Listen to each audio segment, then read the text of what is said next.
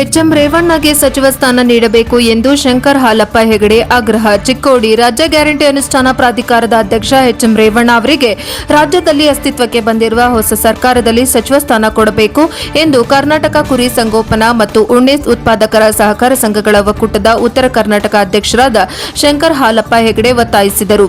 ಅವರು ಚಿಕ್ಕೋಡಿ ಪಟ್ಟಣದ ಪ್ರವಾಸಿ ಮಂದಿರದಲ್ಲಿ ಸುದ್ದಿಗೋಷ್ಠಿಯಲ್ಲಿ ಮಾತನಾಡಿದ ಅವರು, ಎಚ್ಎಂ ರೇವಣ್ಣ ಅವರಿಗೆ ಸಚಿವ ಸಂಪುಟದಲ್ಲಿ ಸಚಿವ ಸ್ಥಾನ ನೀಡಬೇಕು. ಅವರು ಸತತವಾಗಿ ಸಮಾಜದ ಬಗ್ಗೆ ಕಾಳಜಿ ವಹಿಸಬೇಕು.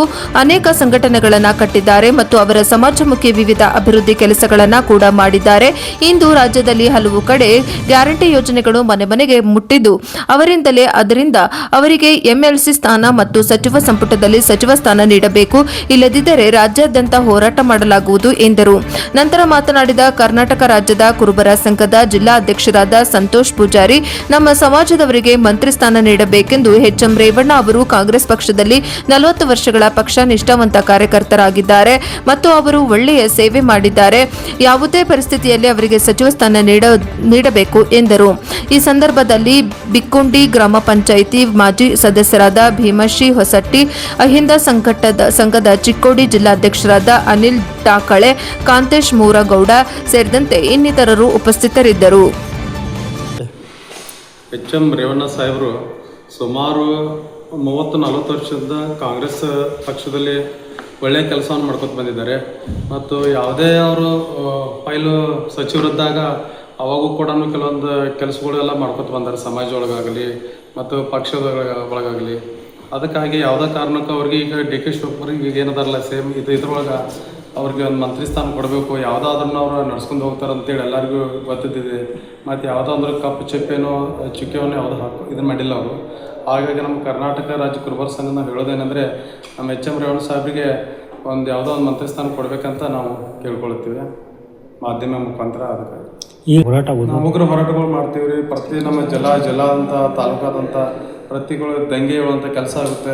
ಯಾಕೆ ನಮ್ಮ ಸಮಾಜ ಒಳಗೆ ನಾವು ಈಗ ಸದ್ಯಕ್ಕೆ ಹೇಳ್ಕೊಬೇಕಂದ್ರೆ ಅವರೇ ನಮ್ಮ ಹಿರಿಯ ಮುಖಂಡ್ರಿಗೆ ಸದ್ಯ ಸಿದ್ದರಾಮಯ್ಯ ಬಿಟ್ಟರೆ ಈಗ ಸೆಕೆಂಡ್ ನಮ್ಮ ಎಚ್ ಎಂ ರೇವಣ್ಣ ಸಾಹೇಬ್ರ ನಮ್ಮ ಸಮಾಜದ ಹಿರಿಯ ಮುಖಂಡರಾಗ್ತಾರೆ.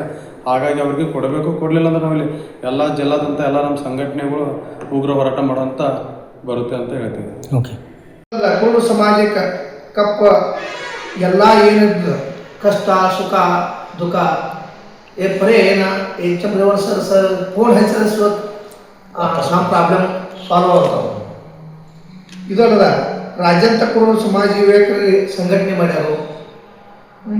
ಮುಂಚಿತೆ ಎಲ್ಲ ನಮಗೆ ಏನರ ಮುಖ್ಯಮಂತ್ರಿ ಸಾಹೇಬರಿಗೆ ಕುರುಬರಿಗೆ ರೇವಣ್ಣ ಸರ್ ಹೇಳಿಕೆ ನಮಗೆ ಸಹಾಯಗಳು ಮಾಡ್ತಾರೆ. ಅದಕ್ಕೆ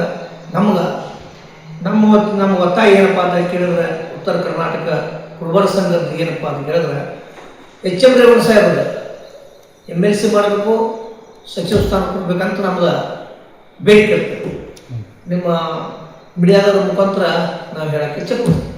ಸರಿ, ಅಕಸ್ಮಾತ್ ಎಚ್ ಎಂ ರೇವಣ್ಣ ಸರ್ ಕೊಡಲಿಲ್ಲ ಅಂದ್ರೆ ನಾವು ಪ್ರತಿ ಜಿಲ್ಲೆಯಲ್ಲಿ ಹೋರಾಟ ಮಾಡ್ತೇವೆ. ಯಾಕಪ್ಪ ಅಂತಂದ್ರೆ ನಮ್ಮ ಕುರುಬರ ಅವಶ್ಯಕತೆ ಕಾಂಗ್ರೆಸ್ಗಿಂತ ಸಿದ್ದರಾಮಯ್ಯ ಸಾಹೇಬ್ರಿದ್ರು, ಎಚ್ ಎಂ ರೇವಣ್ಣ ಸರ್ ಇದ್ರು. ಅದನ್ನು ನೋಡಿ ಕಿಸಿದ ನಾವು ಕಾಂಗ್ರೆಸ್ ಕುರುಬರೆಲ್ಲ ಒಕ್ಕಟ್ಟಾಗಿ ಕಾಂಗ್ರೆಸ್ ಫೋಟೋಗೆವು, ಕಾಂಗ್ರೆಸ್ ಸರ್ಕಾರ ಅದಕ್ಕಾಗಿ ಇರಬೇಕು.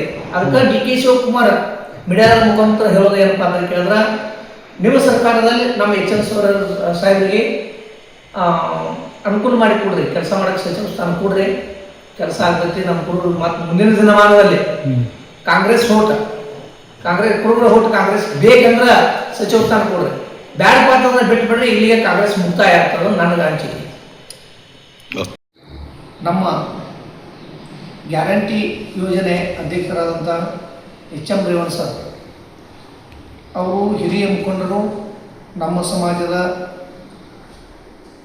ಹಿರಿಯರು ಹಾಗೂ ನಮ್ಮ ಸಮಾಜಕ್ಕೆ ಏನೂ ಗುರುತಿಸ್ಕೊಳ್ಬೇಕಾದ್ರೆ ಯಾರನ್ನ ಗುರ್ತ ಮಾಡಬೇಕಾದ್ರೆ ನಮ್ಮ ರೇವಣ್ಣ ಸರ್ ಮುಖ್ಯ ಪಾತ್ರ ಇದೆ.